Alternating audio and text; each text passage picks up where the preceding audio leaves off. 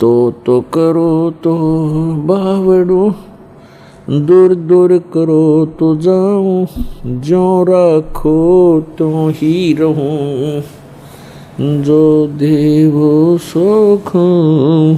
परमपिता परमात्मा पूर्ण ब्रह्म, सारी सृष्टि के रचनहार, कुल मालिक कबीर परमेश्वर जी, ये हम सभी आत्माओं के जनक हैं, सबके पिता हैं।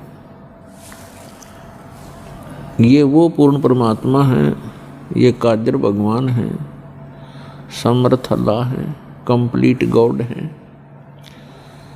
जिनके अंदर ये सर्व गुण प्रत्यक्ष है। तुमेव माता च पिता, तुमेव बंधु च सखा, तुमेव विद्या च द्रविणम, तुमेव सर्व मम देव देव। यही परमात्मा हमारे वास्तव में पिता हैं। पालक होने के कारण ये पिता हैं, हमारे जनक होने के कारण ये हमारी माता है, क्योंकि इन्होंने हमें अपने वचन से उत्पन्न किया हुआ सभी आत्माओं को। और यही हमारा असली धन है, क्योंकि परमेश्वर स्वयं आकर बताते हैं, कबीर सब जग निर्धना, धनवंता ना कोई, और धनवान उसको जानियो, जिस पर राम नाम धन होए। फिर परमात्मा बताते हैं, राम रटत कोड़ी ही भलो, राम रटत कोड़ी भलो, चू चू पड़े जो चामे, वो सुंदर शरीर किस काम कहा, जा मुख नाही नाम। कबीर राम रटत दारिद्र भलो, टूटी घर की छान, वो सुंदर महल किस काम के, जहाँ भक्ति नहीं भगवान। राम रटत कन्या भली, साकेट बलो न पूत, जैसे छेरी के गल में गलथना, जिसमें दूध न मूत। कबीर जिव्या तो वाये भली, जो रटे हरि नाम, नहीं तो काट के फेंक दियो, ये मुख में भलो ना चाम। परमपिता परमात्मा कबीर देव, कबीर साहिब, अल्लाहु अकबर, ये हमारे सभी आत्माओं के जनक हैं, ये सबके पिता हैं। और यही वो रहमत वाले अल्लाह हैं, ये वही कृपा के सागर हैं, जो अपनी आत्माओं को, जो इनकी शरण में आकर के सत भक्ति करते हैं, उनको सर्व सुख प्रदान करते हैं। और जो भक्ति नहीं करते या करते हैं तो शास्त्र विधि त्याग कर मनमाना आचरण करते हैं, या वे इनकम्प्लीट गॉड की, अधूरे भगवानों की भक्ति करते हैं, तो वो प्राणी मोक्ष प्राप्ति नहीं कर सकते। और उनका प्रारब्ध में यानी किस्मत में लिखा हुआ जो पाप कर्म है, जिसके कारण प्राणी को कष्ट होते हैं, उससे भी छुटकारा नहीं पा सकते। प्रत्येक प्राणी इस काल के लोक में 21 ब्रह्मांड में, आप पृथ्वी लोक पर रह रहे हो, ये भी काल के लोक के अंतर्गत आता है। कोई भी सुखी नहीं है। परमात्मा ने बताया कि आप झूठे सुख को सुख कहते हो। आप किस बात को सुख मान बैठे हो? पैसा हो, बढ़िया कोठी हो, कार हो, संतान हो, बस आप इसको मौज मानते हो, इसको आप सुख मानते हो। लेकिन आप भूल जाते हो बगैर तत्व ज्ञान के जिनके ये सर्व सुख थे, उनका किसी का पुत्र मर गया, किसी की पुत्री विधवा हो गई, किसी की पुत्री मृत्यु हो गई, और कईयों के तो परिवार के परिवार दुर्घटना में नष्ट हो जाते हैं। तो फिर कहाँ गई वो मौज? उस समय ध्यान नहीं आता हमारे को कि ये कैसे बिजली गिर रही है, क्यों तो हम मर रहे हैं, क्यों जन्म रहे हैं, इसके पीछे कारण क्या है? तो ये परमात्मा ने आके बताया, जो हमारे पिता हैं, और हम गलती से यहाँ आ गए थे इस काल के साथ मेला देखने, और इस मेले में हम भी चल गए, अपने परमात्मा से भी छुड़ गए। अब वो परमात्मा यहाँ आता है हमें समझाने के लिए कि जिस स्थान पर आप रह रहे हो ये स्थायी स्थान नहीं है, ये तो एक मेला है। कोई 10 वर्ष रह सकता है, कोई 20 वर्ष, कोई 50 वर्ष, कोई 60 और 100 वर्ष, उसके बाद सभी ने यहाँ से जाना पड़ेगा। और यहाँ आप एक दूसरे से अस्थायी तौर पर जुड़े हुए हो, जैसे मेले में मित्र बन जाते हैं। आपका परिवार इतना ही समझो। तो वो आकर जब हमें बताना चाहते हैं तो हम यहाँ इस काल के जाल में फंस चुके होते हैं, और ये काल एक विलियन है, खलनायक है। इसकी चेष्टा रहती है कि यहाँ मेरे जाल में फंसे हुए सभी आत्माओं को इतना भ्रमित कर दूं कि ये अपने पिता को पहचान भी ना सके। और इसने ऐसा ही कर रखा है। जब वो परमात्मा यहाँ आते हैं स्वयं, तो उस समय हम उसको पहचान नहीं पाते, और झूठे ज्ञान के आधार से, भ्रमित ज्ञान के आधार से हम अपने ही पिता का विरोध करके इस काल कसाई के जाल में फंसे ही रह जाते हैं। वो परमात्मा स्वयं आते हैं और अपना ज्ञान कराने की चेष्टा भी कराते हैं, और हमें ये भी बताना चाहते हैं कि तुम यहाँ के वासी नहीं हो, और ये तुम्हारा सही ठिकाना नहीं है। क्या बताते हैं कि पहले गए, जो पहले मृत्यु को प्राप्त हो चुके हैं, उन्होंने तो कभी किसी को आकर बताया नहीं हम कहाँ गए, और शेष जो बचे हैं ये भी ऐसे ही चले जाएंगे। और जो भक्ति साधना, जो क्रियाएं आप आजीवन करते हो, ये इस काल के जाल में फंसे रहने की सुव्यवस्था है। उसके लिए सतभक्ति करनी पड़ती है, उस साहेब की भक्ति करनी पड़ती है, समर्थ भगवान की, कंप्लीट गॉड की। और वो भक्ति केवल वो स्वयं ही आकर बताते हैं। जब वो बताने आते हैं तब तक हम इन नकली गुरुओं, आचार्यों, शंकराचार्यों, काजी और मुल्लाओं और इन पीरों के द्वारा इतने भ्रमित कर दिए जाते हैं कि हम परमात्मा के उस ज्ञान को स्वीकार नहीं कर सकते, नहीं कर पाते। पुण्यात्माओं, इसके पीछे क्या कारण रहा कि हम सभी अशिक्षित थे, और प्रत्येक धर्म के धर्मगुरु कुछ एक व्यक्ति होते थे जिनको हम ये मानते थे कि ये सभी सदग्रंथों से, अपने अपने धर्म के सदग्रंथों से पूर्ण परिचित हैं, विद्वान पुरुष हैं, जिस कारण से हमने उनके किसी भी बात पर डाउट नहीं हुआ, अविश्वास नहीं हुआ। और अभी तक हम उनके द्वारा दिए गए लोकवेद, दंत कथा को आधार मानकर अपना जीवन जी रहे थे। परमात्मा को पता था कि ये तब तक मुझे नहीं पहचान पाओगे जब तक ये स्वयं शिक्षित ना होंगे। तो पुण्यात्माओं, चौथा युग आ गया है, जनता कभी शिक्षित नहीं थी, क्योंकि ये शिक्षा एक अभिशाप है इस जीव के लिए, और वरदान भी है।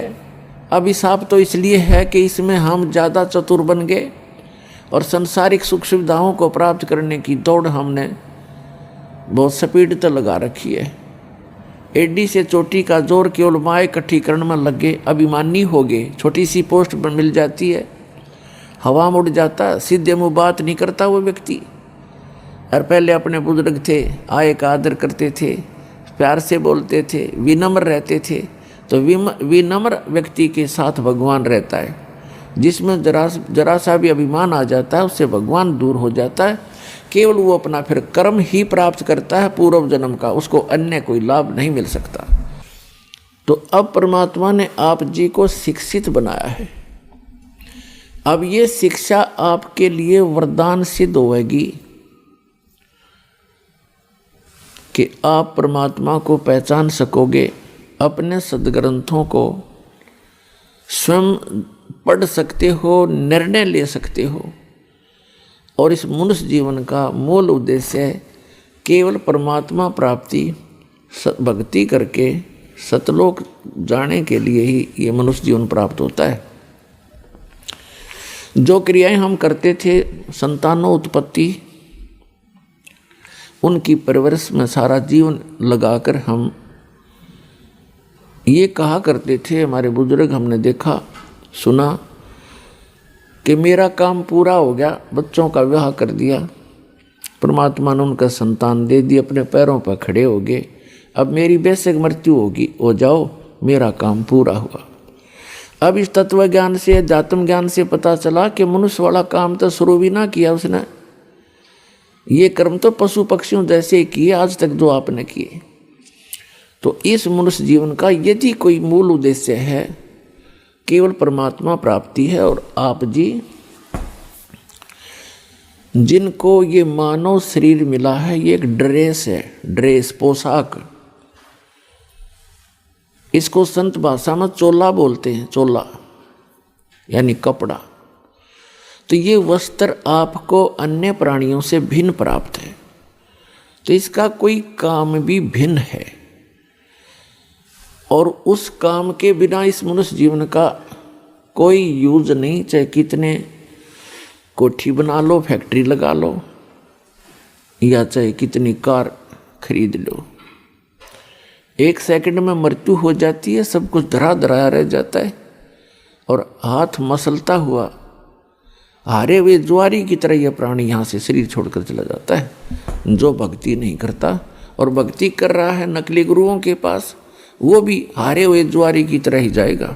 तो पुण्यात्माओं, आप जी को ये ड्रेस अलग मिली है, इसका काम भी भिन्न है। जैसे बच्चे विद्यालय में जाते हैं, विद्यार्थी की ड्रेस, उनकी पोशाक भिन्न होती है। और अन्य जो मजदूरी करते हैं या खेतों में काम करते हैं या कोई अपनी अन्य दुकान आदि कार्य करते हैं, मजदूरी करते हैं, तो उनकी ड्रेस पोशाक भिन्न होती है।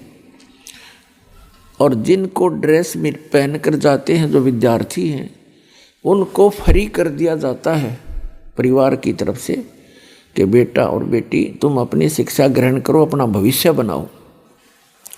और यदि वो बच्चे उस शिक्षा काल में, विद्यार्थी जीवन में अपना उद्देश्य को ध्यान में ना रखकर, पढ़ाई ना करके कोई सिनेमा देखता है, कोई ताश खेलता है, या कोई ऐसे ही गप्पे मारता रहता है, तो उनको फिर बाद में बहुत पछताना पड़ता है जब वो उनका विद्यार्थी जीवन समाप्त हो जाता है।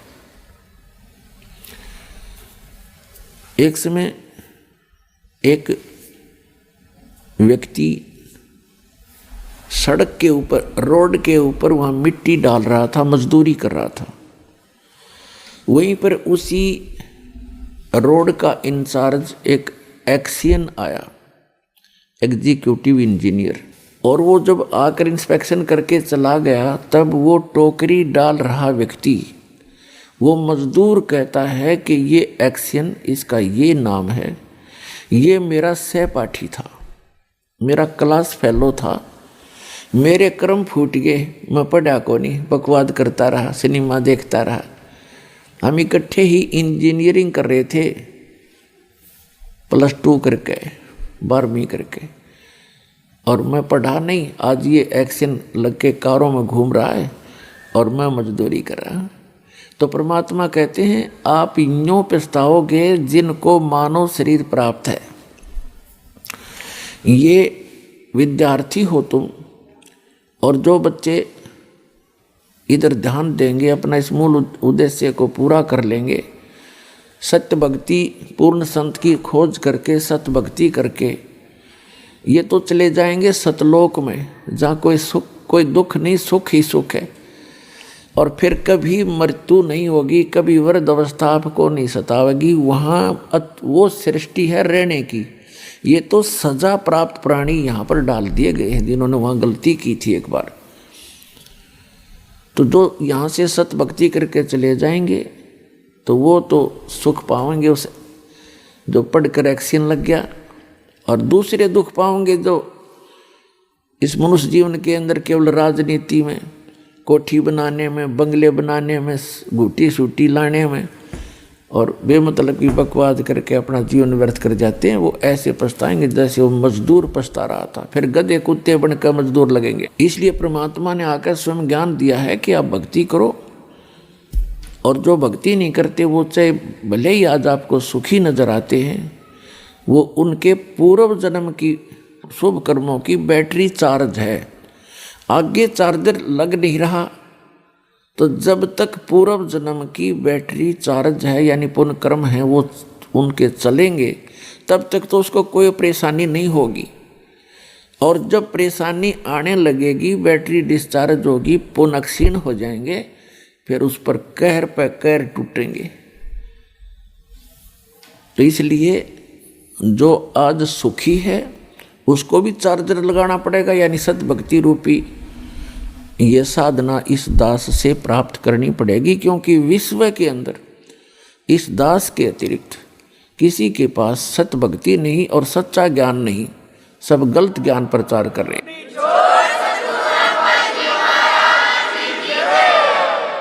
और इसके अंदर कोई मान बढ़ाई नहीं करनी चाहिए, क्योंकि हम कई प्रकार से भ्रमित हो गए। जैसे किसी व्यक्ति ने किसी भयंकर रोग की दवाई खोज ली, तो उसके पास दवाई लेनी चाहिए, चाहे राष्ट्रपति का रोग हो, उसने भी जाना चाहिए, इसमें क्या दिक्कत है। तो थोड़ी सी भी बुद्धि से काम आप लोगे तो ना अभिमान सतावेगा, आपको अपना कल्याण नजर आएगा, तो तुरंत आकर के नाम लीजिए। परमात्मा कहते हैं मन तू पावेगा अपना किया रे, भोगेगा अपना किया रे।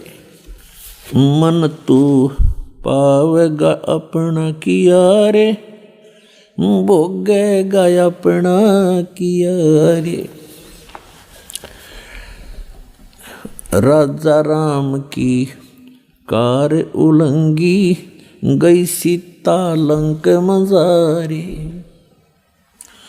राजा राम की कार उलंगी, गई सीता लंक मजारे। सेतु बंधा जब सेना उतरी, चढ़ गए पद्म 18। मन तू पावेगा अपना किया रे, भोगेगा अपना किया रे। लंका तोड़ी बेलंका रे तोड़ी, वो अहि रावण से मारे। लंका तोड़ी बेलंका रे तोड़ी, अहि रावण से मारे। 10 मस्तक रावण के काटे, विभीषण को राज दिया रे। मन तू पावेगा अपना किया रे, भोगेगा अपना किया रे। प्रहलाद पैज परवान करी है, धर नरसिंह अवतारे। प्रहलाद पैज परवान करी है, धर नरसिंह अवतारे। दीन दयाल दया कर उतरे, एरना कुश उदर वेदारे। मन तू पावेगा अपना किया रे, भोगेगा अपना किया रे। हा हा हु बंदे होते तौलत हैं बलवारे। हा हा हु बंदे होते तोलत है बलबारे। गज और गरावणे भव सागर 10 सेंस अधिकार। मन तू पावेगा अपना किया रे, भोगेगा अपना किया रे। भाई श्वास घटो बलहीन भयो जद खेच लिया मजदारे। श्वास घटा बलहीन भयो जद खेच लिया मजदारे। अर्ध नाम रसना से टेरा वो सुमृत है रंकारे। मन तू पावेगा अपना किया रे, भोगेगा अपना किया रे। भाई नारद मुनि तेर काली रे योगी जिन मन गर्भ किया रे। नारद मुनि तेर काली रे योगी जिन मन गर्भ किया रे।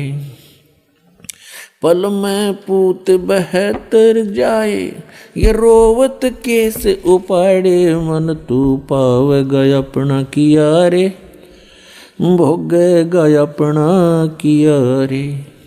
भाई कृष्ण गुरु दुर्वासा होते 56 कोटि सिंगारे। कृष्ण गुरु दुर्वासा रे होते 56 कोटि सिंगारे। अम्बरीश कह चले अपुठे वो दुर्वासा से हारे। मन तू पावेगा अपना किया रे, भोगेगा अपना किया रे। भाई दुर्योधन और दुशासन को द्रौपदी चीर उतारे। दुर्योधन और दुशासन को द्रौपदी चीर उतारे। अंधे को पीन दी थी वो बढ़ गए अंत अपारे। मन तू पावेगा अपना किया रे, भोगेगा अपना किया रे। भाई भीष्म पिता और द्रोणाचार्य कर्ण से बाणों मारे।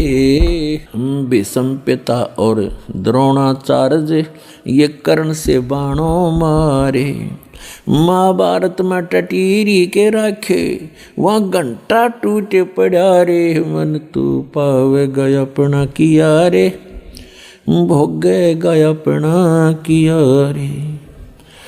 भाई 33 करोड़ यज्ञ में आए वो 88 सारे। 33 कोटि जग में आए 88 सारे। 12 कोटि वेद के वक्ता वहाँ सुपच का शंख बजारे। मन तू पावेगा अपना किया रे, भोगेगा अपना किया रे। भाई चमरा कनक जनेऊ काढ़ा विप्र पंडित सब हारे। चमरा कनक जनेऊ काढ़ा पंडित विप्र सब हारे। जुल्हे के घर बालद आई वो केसों से बन जा रे। मन तू पावेगा अपना किया रे, भोगेगा अपना किया रे। मीराबाई को मारन लागे जहर का प्याला प्यारे। मीराबाई को मारन लागे जहर का प्याला प्यारे। पीवत ही अमृत हो लाग्या हो गया सर्द ही और। मन तू पावेगा अपना किया रे, भोगेगा अपना किया रे। कंस केसी चानौर खपावण जीतन मल अखारे। कंस केसी चानौर खपावण जीतन मल अखाड़े। कृष्ण को तो यश दिया ये कबीर न कारज सारे। मन तू पावेगा अपना किया रे, भोगेगा अपना किया रे। भाई शंखों कृष्ण करें खवासी धन तू सृजन हारे। शंखों कृष्ण करें खवासी धन तू सृजन हारे। दास गरीब करे को सरवर ऐसा शीश हमारे मन तू पावेगा अपना किया रे, भोगेगा अपना किया रे, मन तू पावेगा अपना किया रे, भोगेगा अपना किया रे। पुण्यात्माओं, ये जो वाणी दास ने आपको सुनाई है, ये आदरणीय गरीबदास साहिब जी ने अपने मुख कमल से बोली है, लेकिन ये ज्ञान गॉड गिवन है। पूर्ण परमात्मा, वो समर्थ परमात्मा जो कंप्लीट गॉड है, पूर्ण परमात्मा कबीर साहिब जी आदरणीय गरीबदास साहिब जी को आकर मिले थे। खेतों के अंदर जब वो गऊ चरा रहे थे, 10 वर्ष के बालक पाली गए हुए थे, गवाले थे, और भी बहुत से गांव के व्यक्ति बड़े छोटे अन्य भी अपने अपने गऊओं को इकट्ठा ही चरा रहे थे। तो वहाँ परमात्मा आए थे, एक जिंदा महात्मा का रूप बना के, एक साधु संत का रूप बना के, और गरीबदास जी की आत्मा को निकाल के सतलोक लेकर गए थे। ऊपर के ब्रह्मांडों का सारा विवरण दिखाया था, ब्रह्मा विष्णु महेश के लोक दिखाए, धर्मराज का लोक दिखाया, क्या क्या यहाँ की व्यवस्था है, आप यहाँ जन्मते मरते क्यों हो, इसका कारण क्या है, ये सब उनको प्रत्यक्ष करवाया था। किनको? आदरणीय गरीबदास साहिब जी को। आदरणीय गरीबदास साहिब जी को फिर परमात्मा अपने सतलोक लेकर गए थे, जिसे सचखंड कहते हैं, जिसको शाश्वत स्थान कहते हैं, सनातन परमधाम गीता में कहा है। वहाँ ले गए थे, फिर वापस छोड़ा था ला करके।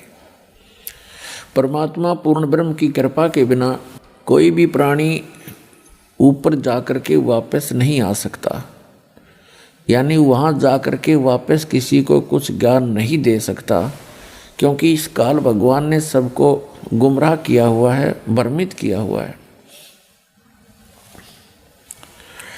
केवल परमात्मा अपनी रजा से ऊपर ले जाते हैं। उन्होंने चंद पुण्यात्माओं को ऐसे ऊपर ले जाके वापस छोड़ा, और उन्होंने उस परमात्मा की गवाही दी है, अपनी अमृत वाणी रूपी एफिडेविट दिए हैं कि वो परमात्मा इन सभी भगवानों से अन्य है, इन सभी भगवानों से, प्रभुओं से अन्य है। ब्रह्मा जी से, विष्णु जी से, शिव जी से, दुर्गा जी से, ब्रह्म से और परब्रह्म से, इनसे अन्य है, उसको पूर्ण ब्रह्म कहते हैं। गीता अध्याय नंबर 8 के श्लोक नंबर 3 में उसी को परम अक्षर ब्रह्म कहा है। तो पुण्यात्माओं, वो परमात्मा स्वयं ही ऊपर ले जाते हैं अपनी आत्माओं को, फिर वापस छोड़ते हैं।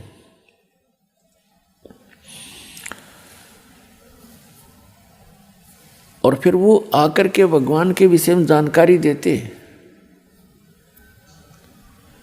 उनमें से एक गरीबदास जी हैं, जो परमात्मा से प्राप्त यथार्थ ज्ञान के आधार से क्या बता रहे हैं कि जिस लोक में आप रह रहे हो, ये तो केवल भक्ति करने के लिए आपको मानव शरीर दिया जाता है इस लोक में। बाकी अन्य प्राणी तो अपने पूर्व जन्म के कर्मों का ही भोग रहे होते हैं। और आप सत भक्ति ना करके अन्य भक्ति करते हो या यहाँ बकवादों में लगे रहते हो, तो उनके साथ कैसी कैसी घटनाएं घटी। यदि आप यहाँ सुख संपत्ति चाहते हो, सुख संपत्ति से सुख मानते हो या संतान से सुख मानते हो, उसका उदाहरण देते हुए बताते हैं। सर्व सोने की लंका होती रावण से रणधीरम, एक पलक में राज विराजी वो जम के पड़े जंजीरम, मन तो सुख के सागर बस रे भाई और ना ऐसा यस रे। फिर बताते हैं, क्या मांगो कुछ थिर ना रहाई, और देखत नैन चला जग जाई, एक लख पूत सवा लख नाती, उस रावण के आज दीवान बाती। यदि आप यहाँ संपत्ति चाहते हो, बड़ी बड़ी हवेली बनाना चाहते हो, कई कई मंजिल की कोठियाँ बनाना चाहते हो, और उसके ऊपर अच्छी मार्बल वगैरह लगा कर अपनी शान और शौकत बनाकर आप खुश हो, उसको संकेत देते हैं कि श्रीलंका का राजा जो रावण था, उसने सोने के महल बना रखे थे, सोने की ईंटों से, और उसके 1 लाख पुत्र थे। और ऐसे कुबद करने वालों का जो सत भक्ति नहीं करते, रावण भक्ति भी करता था लेकिन भगवान शंकर की करता था, तमोगुणी शंकर की। और ये भगवान आपको केवल वर्क डन ही दे सकते हैं, जैसा करोगे वैसा ही पाओगे, इसमें कोई परिवर्तन नहीं कर सकते। और वो समर्थ परमात्मा जो पूर्ण ब्रह्म है, सत्य पुरुष है, अकाल मूर्त है, वो कबीर देव है। कबीर साहब है जो काशी में बनारस में धानक रूप में आए थे, 120 वर्ष रहे, वो ये ज्ञान ही दिया करते थे, और एक झोंपड़ी में बैठकर सारे ब्रह्मांडों का संचालन भी करते थे, और हम सब का पालन पोषण भी करते थे। वो पूर्ण परमात्मा है। जब तक हम सत भक्ति नहीं करते हो तो अपना कर्म ही मिलता है। तो यहाँ याद दिलाना चाहते हैं, यदि तुम संतान ही परमात्मा से मांगते हो, या आपको संतान प्राप्त है, बेटा और बेटी, उनकी अच्छी कोई व्यवस्था है, उनके बढ़िया रोजगार चल रहे हैं, और आप निश्चिंत होकर बैठ गए हो, मूल उद्देश्य भूल गए हो भगवान का, तो आपकी भूल है। 1 लख पूत सवा लख नाती, और उस रावण का आज कोई दीवान बाती, दीपक लगाने वाला नहीं शेष बचा।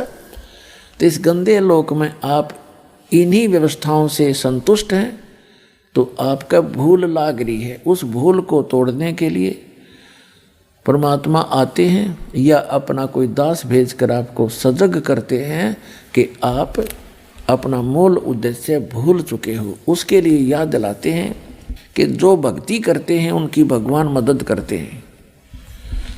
जैसे इसमें एक प्रसंग आया है कि लंका तोड़ी बिलंका तोड़ी, और अहि रावण से मारे 10 मस्तक रावण के काटे, और विभीषण को राज दिया रे। परमात्मा कहते हैं यदि तूने यहाँ की थोड़ी बहुत सुख सुविधा भी चाहिए तो वो भी हम देंगे, और जो हम देंगे वो तेरे अनुकूल होगी। और आप अपने प्रयत्न से यहाँ की सुख सुविधाएं प्राप्त करना चाहोगे तो आप गलती पे गलती करोगे, कहीं रिश्वत लोगे, सैकड़ों झूठ बोल के कोई माल बेचोगे, मिलावट करोगे, वो आपके लिए कहर साबित होगा एक दिन। तो ऐसी गलतियां ना करना। फिर बताते हैं,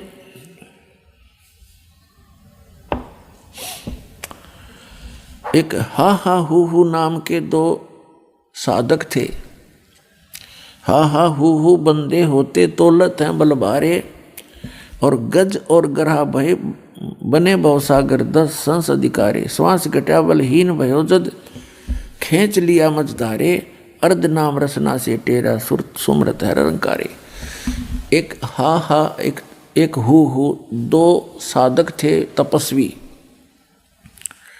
अब इस काल ने ऐसा जुल्म कर रखा है, पहले तो कोई भक्ति करता ही नहीं, करना चाहता ही नहीं, और करना चाहता तो उसको मिसगाइड करके रखता है। इन 2 प्राणियों के प्रेरणा हुई हम भक्ति करें, उनको नकली गुरु से मिला देता है। उन गुरुओं ने उनको बता दिया हा हा और हु को कि आप जी तपस्या करो, तपस्या से भगवान मिलता है। अब दोनों ने तपस्या की, उनको अभिमान हो गया आपस में कि मेरा तप तेरे से ज्यादा है। दूसरा कहता कि नहीं, मेरी तपस्या तेरे से अधिक है। तो दोनों का फैसला, वो अपना निर्णय कराने के लिए ब्रह्मा जी के पास गए। ब्रह्मा जी से पूछा कि हमारा निर्णय करके बताओ, आप तो अंतर्यामी हैं, कि हम में से कौन से का तप ज़्यादा है। ब्रह्मा जी को पता था कि तप से सिद्धियाँ आ जाती हैं, और ये जितने भी ऋषि मुनि थे सिद्धियाँ प्राप्त करके ये सर्प बन गए विषैले। इनके जरा सी भी कोई प्रतिकूल बात कर देता था उसको श्राप दे देते, और जिसका खामियाना श्री विष्णु जी ने भी भोगना पड़ा, जिस कारण से ब्रह्मा जी ने अपने सिर से बला टाल दी और कहा भी मैंने ना तो इतना कोई तुम्हारे जैसा जितना तप किया, और मुझे तो ये सृष्टि के कार्य में बहुत व्यस्त रहना पड़ता है, आप श्री विष्णु जी के पास जाओ। वो विष्णु जी के पास आ गए, विष्णु जी से भी यही प्रार्थना करी, विष्णु जी के भी यही मन में शंका आई कि यदि मैंने, जैसे ब्रह्मा जी ने भी ये सोचा था, यदि मैंने एक व्यक्ति को कह दिया, एक को तो कहना पड़ेगा तेरा ज़्यादा तेरा कम है, तो जिसको भी कम बता दिया वो श्राप दे देगा, वो डर गया, इसलिए अपने सिर से बला टाल दी। विष्णु जी के मन में भी ये शंका हुई कि यदि मैं एक को कहूँगा तेरी तपस्या ज़्यादा है इसकी कम है, तो कम जिसकी बताऊँगा वो श्राप देगा। तो इस संकट को भगवान विष्णु जी ने भी मोल लेना उचित नहीं समझा। उन्होंने कहा भी देखो मैं तो व्यवस्था में लगा रहता हूँ, पालन पोषण का कार्य डिपार्टमेंट, होम डिपार्टमेंट है मेरे पास, आप जाओ भगवान शंकर जी के पास, वो ज़्यादा तप वप करते हैं, वही आपका फैसला कर सकते हैं। तो वो गए भगवान शिव जी के पास। अब भगवान शिव जी ने भी सोचा भी ये एक को तो कहना पड़ेगा तेरी कम है इसकी ज़्यादा है, तो ये हैं सर्प डस देंगे। उन्होंने भी अपने सिर से बला टाल दी कि अभी एक मतंग नाम के ऋषि हैं पृथ्वी पे, वर्तमान में वही बता सकते हैं, वो बड़े साधक हैं, बड़े तपस्वी हैं, आप वहाँ जाइए। तो दोनों आगे मतंग ऋषि के आश्रम की तरफ जा रहे थे। मतंग ऋषि जो थे बड़े डिल डोल, बड़े तगड़े, भारा शरीर था उनका। तो उन्होंने, ये मन बड़ा बदमाश है, कबीर साहब कहते हैं मन के मते ना चालिए, मन है पक्का दूध, ले डूबा दरिया में और फिर जा हाथ छूटे। उल्टे काम करवा के फंसवा के फिर आप निकल जाता है। तो उन्होंने दोनों ने देखा उस महापुरुष को। मतंग ऋषि पूछा कहाँ है, कि वो सामने बैठे तगड़े थे डुल डुल। एक ने तो मन में सोचा कि बड़ा हाथी सा बैठा भाई, दूसरे ने सोच लिया अच्छा मगरमच्छ साहित महात्मा। तो उन्होंने मतंग ऋषि के पास आकर के कहा, मतंग ऋषि के पास एक सिद्धि थी जो मन की वृत्ति बता देती थी, इसने क्या सोच रखा है।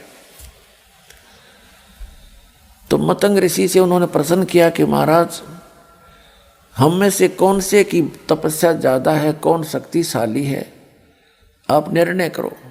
मैं कहता हूँ मेरी भक्ति ज़्यादा, तपस्या ज़्यादा, ये कहता है मेरी ज़्यादा। मतंग ऋषि ने कहा कि जो तुम्हारे मन में तुमने सोच के आए हो उसी से फैसला होगा। तो आपने क्या सोचा भगवान?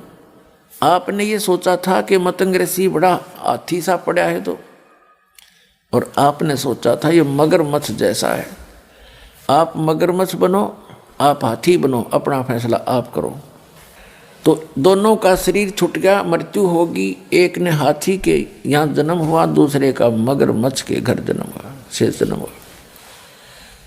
फिर कहते हैं हाथी जब जवान हुआ और जल पीने के लिए दरिया पर पहुंचा, सरोवर पर, मगरमच्छ ने उसका पैर पकड़ लिया पूरब के संस्कार से।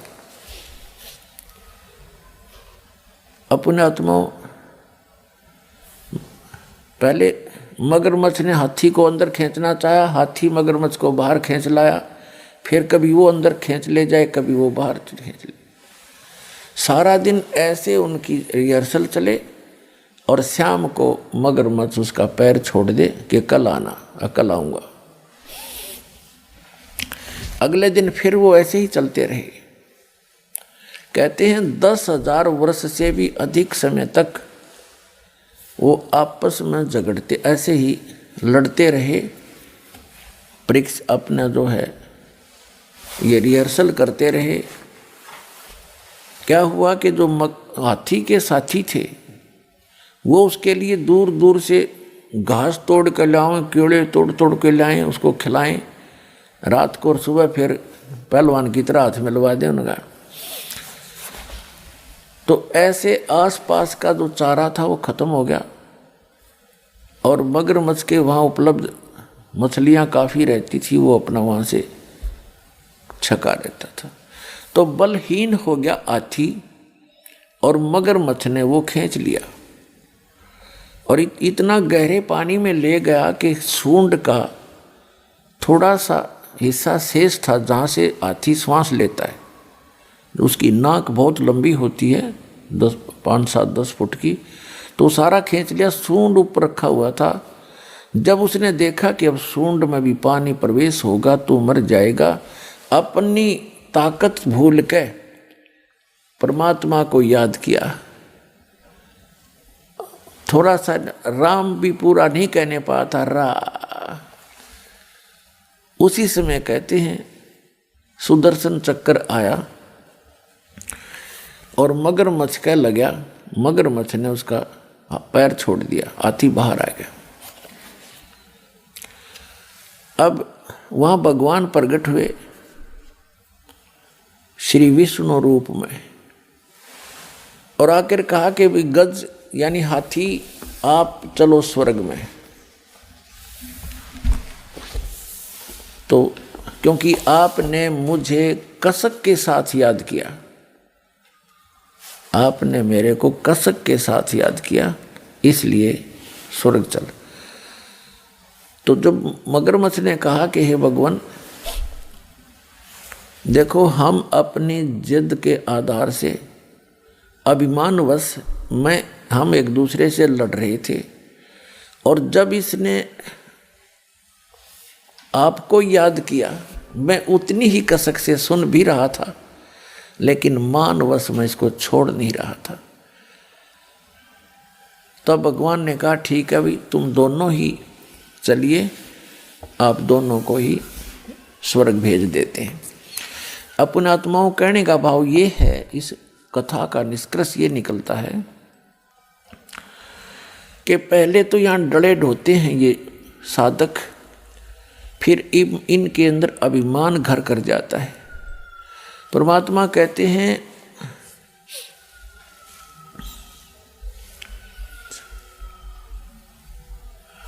सत्संग की आधी घड़ी और तप के वर्ष 1000 तो भी बराबर है नहीं, कहें कबीर विचार। अब इससे क्या निष्कर्ष निकलता है कि पहले तो ये डले ढोते हैं, फिर इनमें अभिमान हो जाता है। इन सिद्धियों के कारण एक दूसरे से प्रभु पाक जाते हैं, किसी की हानि ज़्यादा कर देते हैं तो लोग उससे डरने लग जाते हैं, उसको पूजने लग जाते हैं इन ऋषियों को, और किसी को वो थोड़ा मोटा लाभ दे देते हैं अपनी पुण्य से, और उनकी अपनी बैटरी डिस्चार्ज होती जाती है और उनको थोड़ा बहुत राहत दूसरे को दे सकते हैं। दूसरा ये निष्कर्ष निकला कि तप से तो कोई बात बने नहीं, लास्ट में उन्होंने परमात्मा को कसक के साथ याद किया, तो उससे उनको जो लाभ मिला वो हजारों वर्षों के तप से भी नहीं मिला था। तो परमात्मा कहते हैं चाहे कितना ही तुम तप करो, कितनी अन्य क्रियाएं करो, यदि आपके पास भक्ति नहीं है,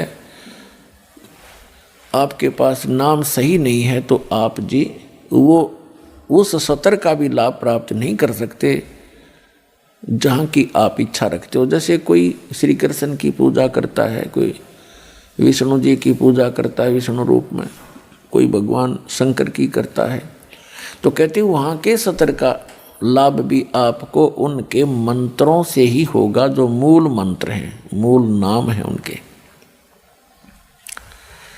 और दूसरा जो निरंकार, यहाँ पर तीसरी जो बात क्लियर ये होगी आपको कि जैसे उसने रा कहा था, भगवान को याद करना चाहा था, तो इसको निरंकार धुन कहते हैं।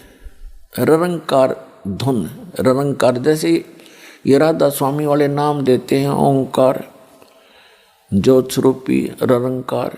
तो जो निरंकार है न, पता नहीं निरंकार होता क्या है। जैसे इंसान मरते हुए भगवान को याद करता है विशेष कसक के साथ, वो निरंकार धुन है, निरंकार लौ है उसकी, वो निरंकार लगन है। जैसे हाथी ने मरते हुए रा गया था, ऐसे जो कसक के साथ मालिक याद किया जाता है, यानी उसकी कीमत अलग से होती है। तो भक्ति करने वाले के लिए संदेश है कि जब आप कोई भी नाम का जाप करें, उसको विशेष कसक के साथ करें, फॉर्मलिटी सी ना करें। तो उस कसक के साथ लिए हुए नाम का जो लाभ है वो अत्यधिक है, उसका कंप्लीट लाभ है। तो यहाँ कहने का भाव ये था कि पहले तो ये डले ढोते हैं, फिर आंडी पाक जा, अभिमान हो जाता है भक्ति करके, और फिर यहीं के यहीं रह जाते हैं।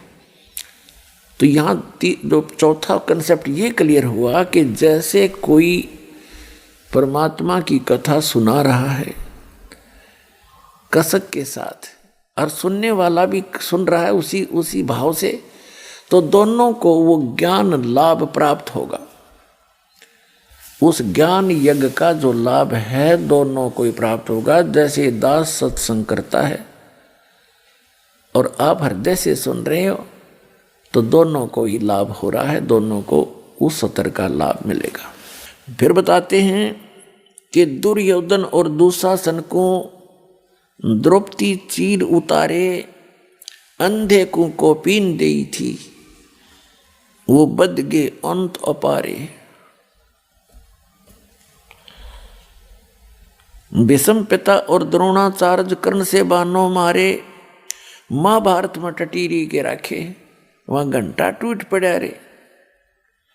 अब क्या बताना चाहते हैं कि मन तू पावेगा अपना किया रे, भोगेगा अपना किया रे।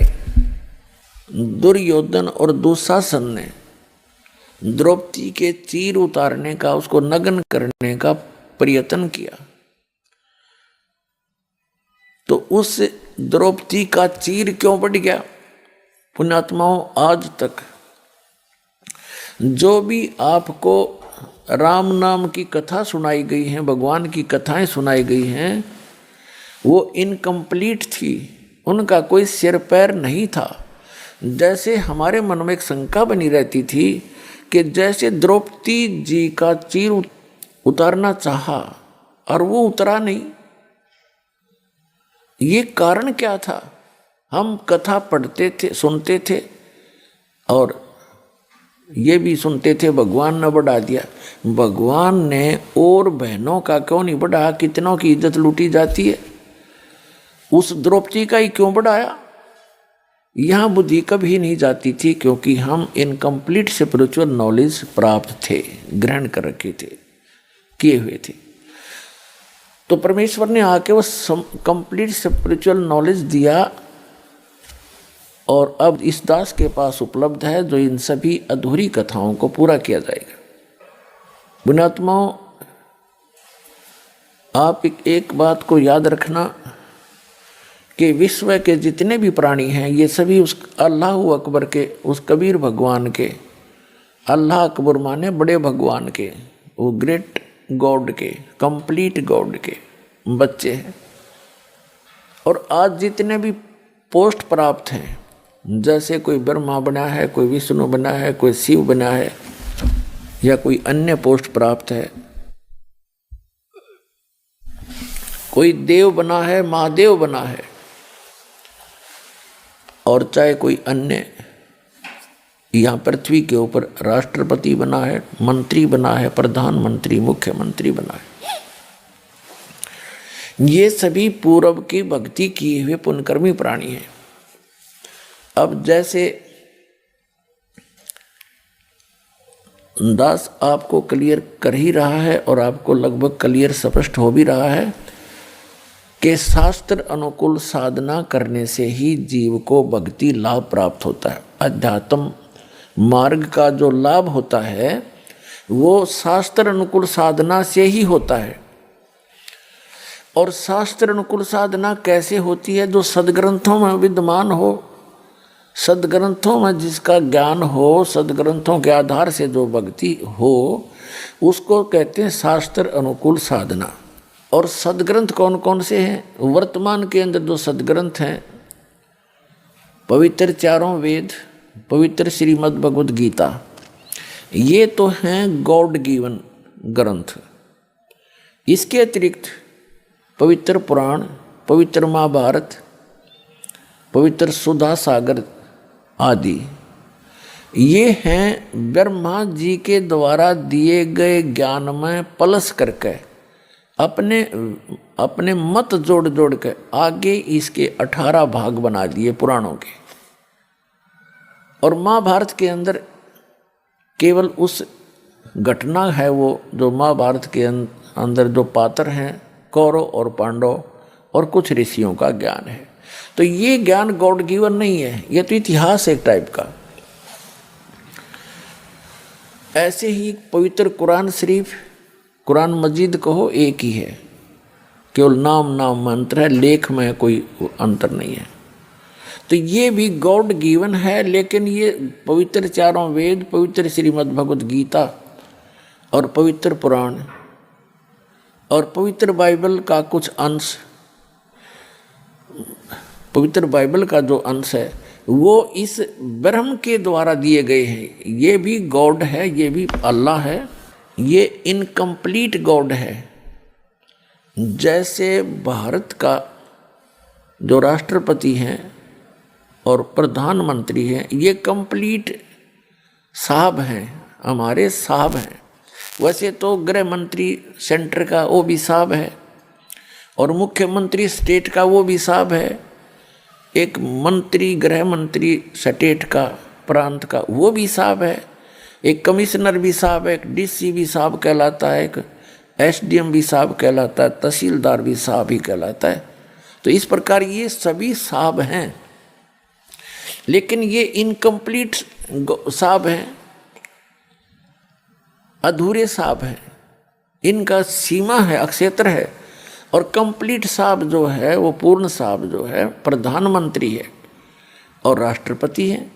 इसी प्रकार जो ब्रह्म है ये इनकम्प्लीट गॉड है, और इसके द्वारा दिया गया ज्ञान इसका इनकम्प्लीट नॉलेज है। लेकिन जितना है वेद और गीता वो सही है, जो कुरान है उस सत्र का ज्ञान वो सही है, लेकिन उसमें ना पवित्र गीता में, ना पवित्र वेदों में, ना पवित्र कुरान शरीफ में, ना पवित्र बाइबल में उस पूर्ण परमात्मा की पूर्ण जानकारी नहीं है। उसके लिए ऑप्शन छोड़ रखा है।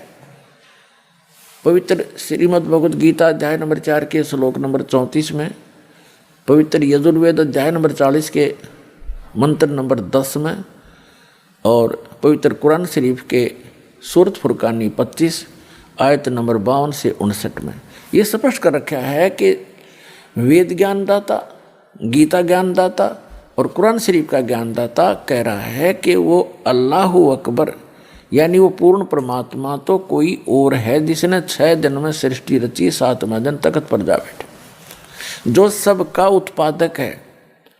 उसके विषय में कोई तत्वदर्शी संत से पूछो तो वो ज्ञान जो तत्वदर्शी संत बतावेगा वो ना कुरान में है, ना वेद में है, ना गीता में, ना पवित्र बाइबल में। तो वो है कंप्लीट स्पिरिचुअल नॉलेज जो इनके अंदर नहीं है। तो ये जितने भी हैं ग्रंथ ये इनकम्प्लीट ज्ञान रखते हैं, और इनका ज्ञानदाता भी इनकम्प्लीट गॉड है, कंप्लीट गॉड नहीं है, पूर्ण परमात्मा नहीं है। इतनी सी बात। तो ये जो अब आपको ज्ञान प्राप्त है उस कंप्लीट गॉड के द्वारा दिया हुआ, पूर्ण परमात्मा के द्वारा दिया गया ज्ञान है। आज दास आपको उनका दिया हुआ ज्ञान एज ए टेप रिकॉर्डर सुना रहा है, और उस परमात्मा की कृपा के बिना अन्य इसको समझ नहीं सके। इस दास के समझ में आया। तो अब क्या होगा? अब हजारों वर्षों तक ये ज्ञान चलेगा, पूरे विश्व में शांति होगी। ये माया को इकट्ठी करने की जो दौड़ लग रही है, आग लगी पड़ी है प्रत्येक प्राणी के अंदर, ये इस ज्ञान से शांत होगी।